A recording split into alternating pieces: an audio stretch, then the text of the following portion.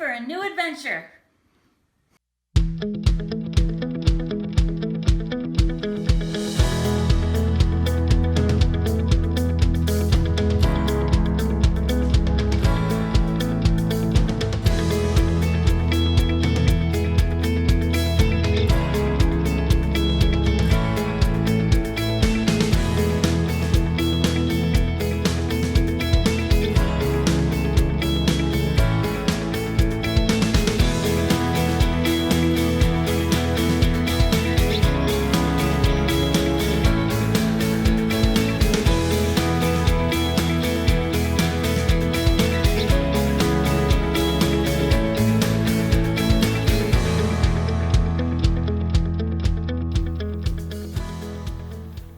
The beautiful little town of Mattapoisett graces the south coast between the towns of Marion and Fairhaven. Welcome. With a year-round population of just over 6,000, according to the 2010 U.S. Census, the town covers 24 square miles.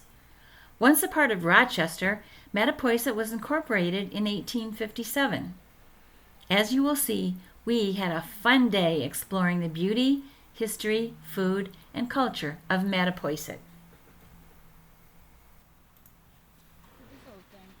Upon our arrival, we were greeted by Salty the Seahorse, which stands 38 feet tall on a plot of land which was donated to the town by Henry Dunseith. Our first stop was breakfast at the highly recommended Mattapoisett Diner. Good morning. Today we're here in Mattapoisett with Brian Vose. Yes. Okay, and you're going to tell us about your diner here. Sure. What would you like to know? How long have you owned it? Why did you get into it? Well, I bought it back in April. We opened on May, the Monday right after Mother's Day. I don't know. It's just something I've always wanted to do. Something I loved and had passion for. So, you know, and I was at the right place at the right time, and I went from there. Awesome. And what is your special? Oh, we got all kinds of specials here. You know, we keep to that diner flair, old school. You know, the meatloaf, the chicken palms, you know, that kind of stuff. And our breakfast is incredible. You know, we do our own home fries here. We grill them. We don't fry them. We have great coffee from Jim's Coffee. Awesome. And how many days a week are you here? Almost every day. Every day. I'm sure you are. I love it. You know, it doesn't even feel like work to me. I love being with the community. I have a great support staff. My staff alone is excellent. So, made my transition from what I used to do to today is very easy. What did you do before? I was actually a deli manager for Market Basket. I worked for them for 25 years. Okay. I went on the road training their staff, especially for the new stores. And, you know, it was time. It was time. How does it feel being a business owner? Oh, I love it. Yeah. I love it. The only regret I have is not doing it sooner. I understand that for sure. Yep. Yes. So where do you see this going? Well, hopefully up, you know, and I'd like to, you know, eventually expand down the road. Okay. And, you know, I love that old school diner feel, you know, that streamlined. And as soon as I saw this building, I fell in love with it. Yes. Awesome. So you'll keep the decor? Oh, absolutely. That was one of the biggest selling points. All the points of, you know, Mattapoisett, Fairhaven, New Bedford. Fabulous. Awesome. We're so glad that you took the time I'm glad you stopped with here. us today, and we can't wait to have our breakfast. Excellent. Thank you. Thank you.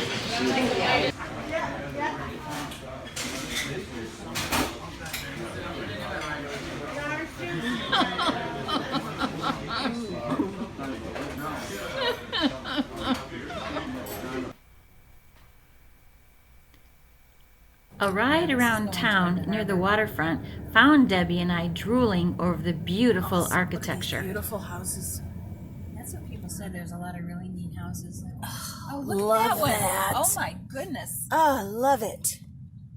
Oh, Is that a for sale sign in front of it? is it? Is it for sale? Oh, That one. Bed and breakfast, here I come. I knew you'd Oh. Turn left onto Pearl Street, then turn left onto Church Street. Oh. be that. Oh. No. This. Oh, hello. Right there. Yes. Love the Look yard. at that location. Are you kidding me? Oh, I Good want to for be him. there. I want to be there. Oh, look at that. Oh, I want to be there. I wonder if it is a B&B. I don't know. Pearl Street, Water Street. Gingerbread. Love it. Oh, I like the yellow one too. This guy's probably ready to kill me behind me. Sorry, Lenny. Oh my God, look at this house.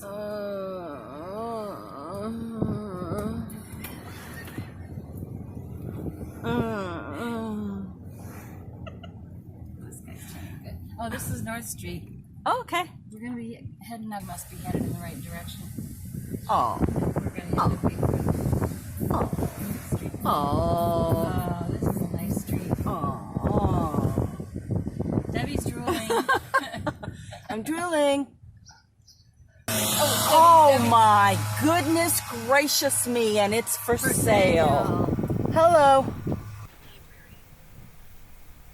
We visited several noteworthy buildings, including the town library, which was originally built in 1904 and underwent major renovations in 2008. Yeah.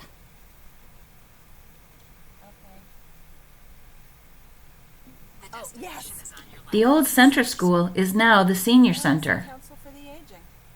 Oh, okay. I mean, it looks pretty new, but Mattapoisett Center School. mind the way. That's okay. I got your face in there. Arrived. Oh, great.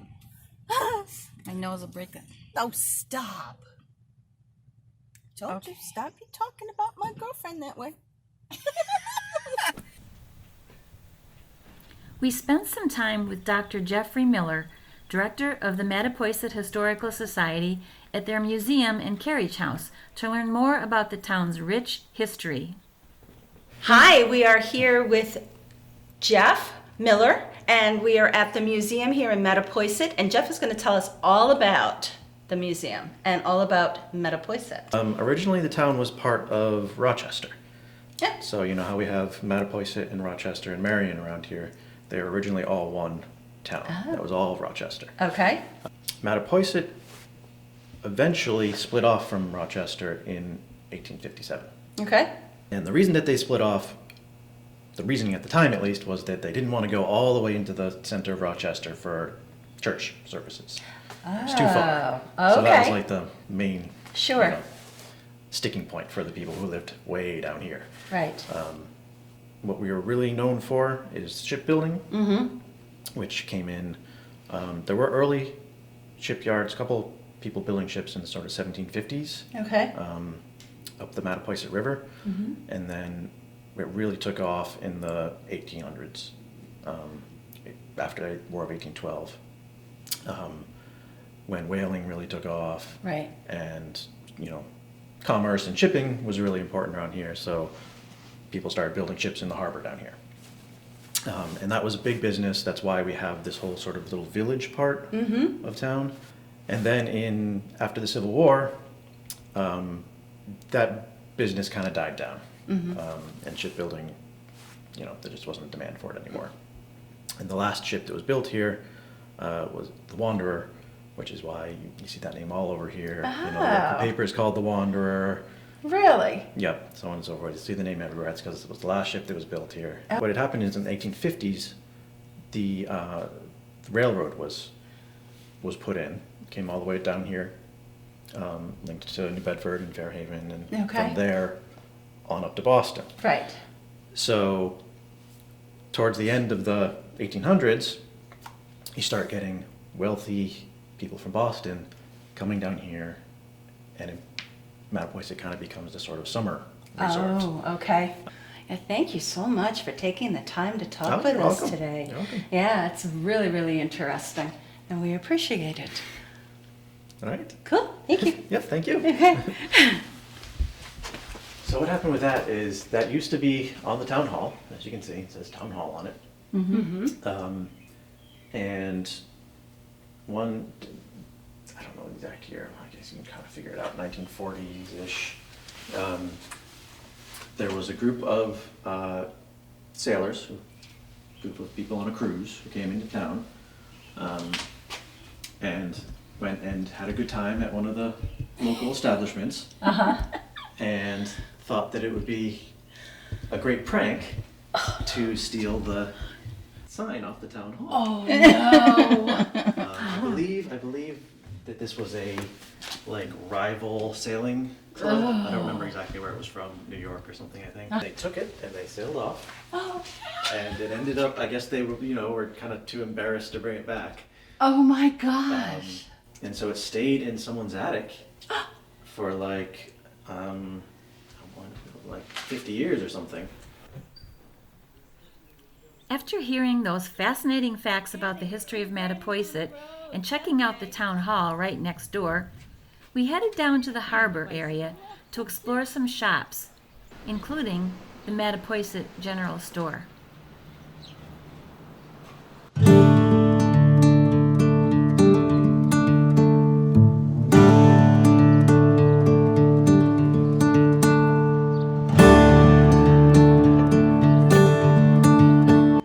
Say hi. Hi, What's your name? I'm Noah. Hi, Noah. The building itself is actually a few hundred years old and belonged to an old shipbuilder that lived here in town. They used to build boats right down here on the wharf.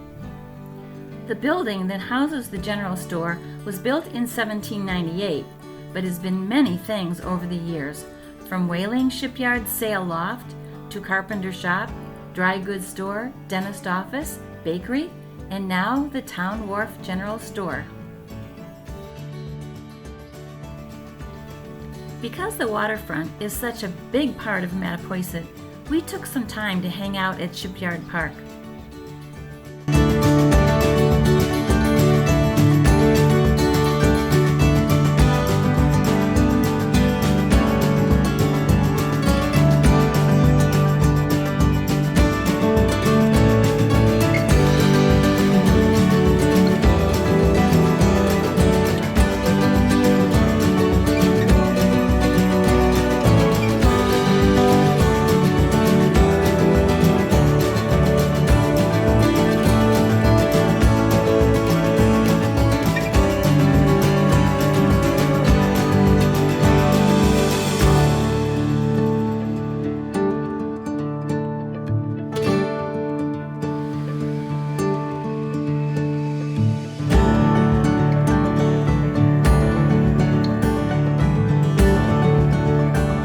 We spotted the famous Swordfish Weathervane. In an interview with The Wanderer in 2017, Horace Field III shared the history of the swordfish.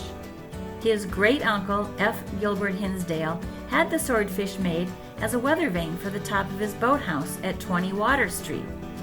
The swordfish was modeled after an actual fish harpooned by Hinsdale. Although the exact date of its creation is not known, Horace believes it had been in the 1920s.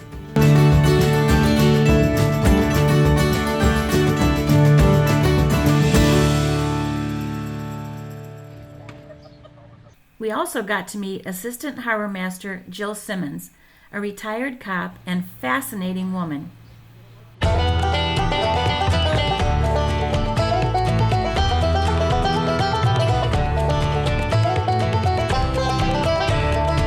Meanwhile, we became a little obsessed with Brunel Boatyard launching a sailboat, after someone had told us that Brunel has been around for many years and is an integral part of the town's commerce.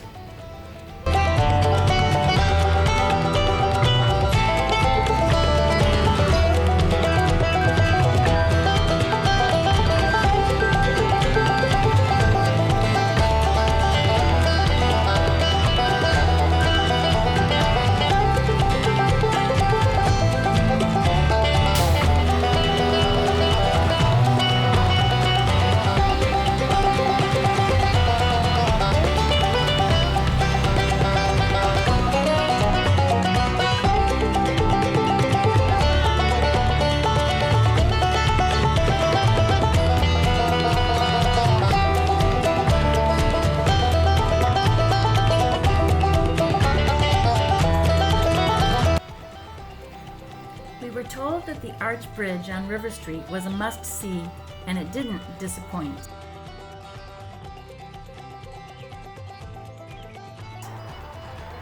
Don't tell my mother, but we just had to have ice cream for lunch at the Oxford Creamery.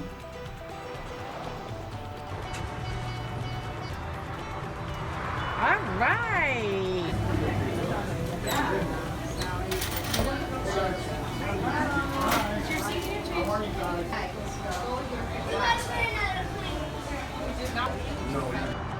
Peanut butter Oreo cookie ice cream. Yum. Oops.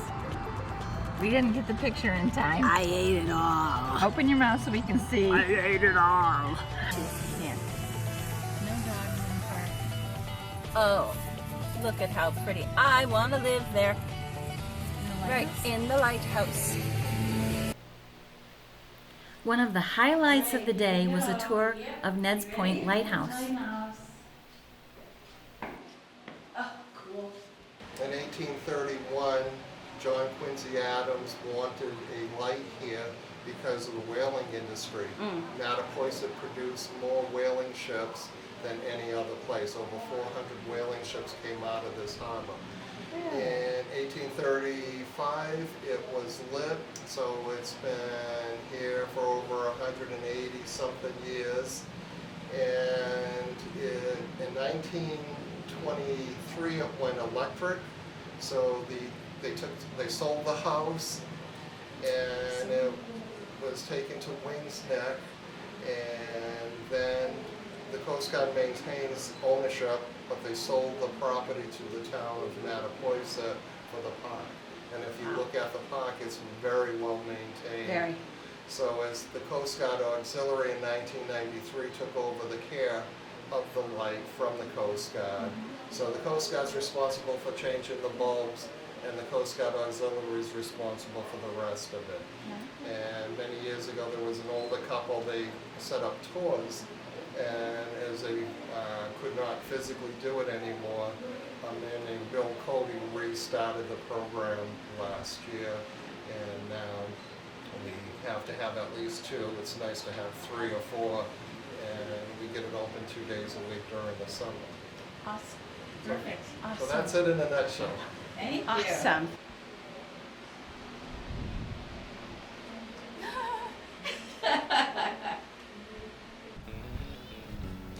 We stopped at a town beach to get another look at the harbor and the beautiful surroundings.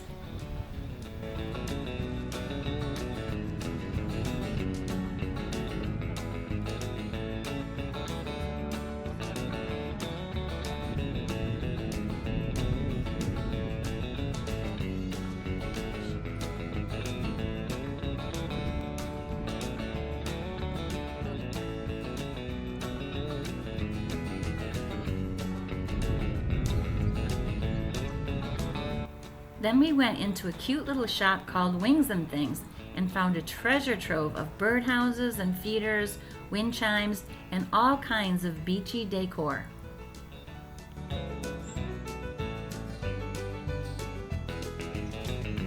Birds.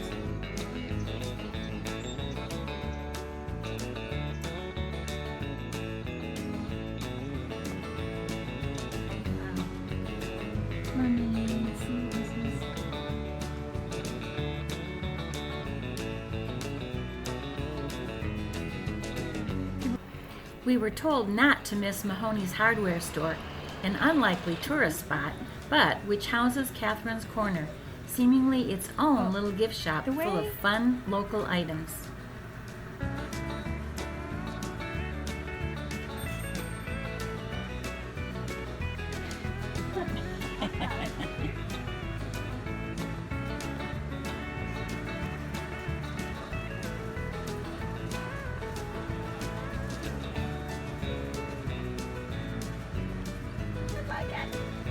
Oh, look at the seahorses up there.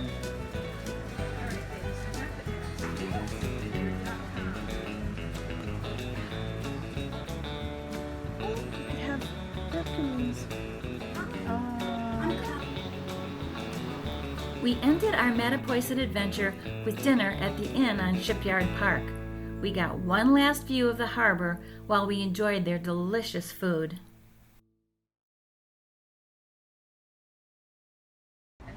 Debbie's having a grown-up, what is it? Grown-up grilled cheese. With lobster.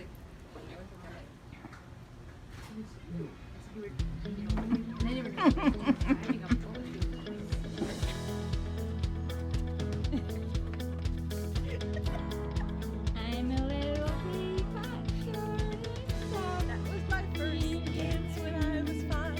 Here is my spouse. When I get all steamed up and I shout, just tip me over, pour me out. There she is, taking a picture of the seahorse. Hi!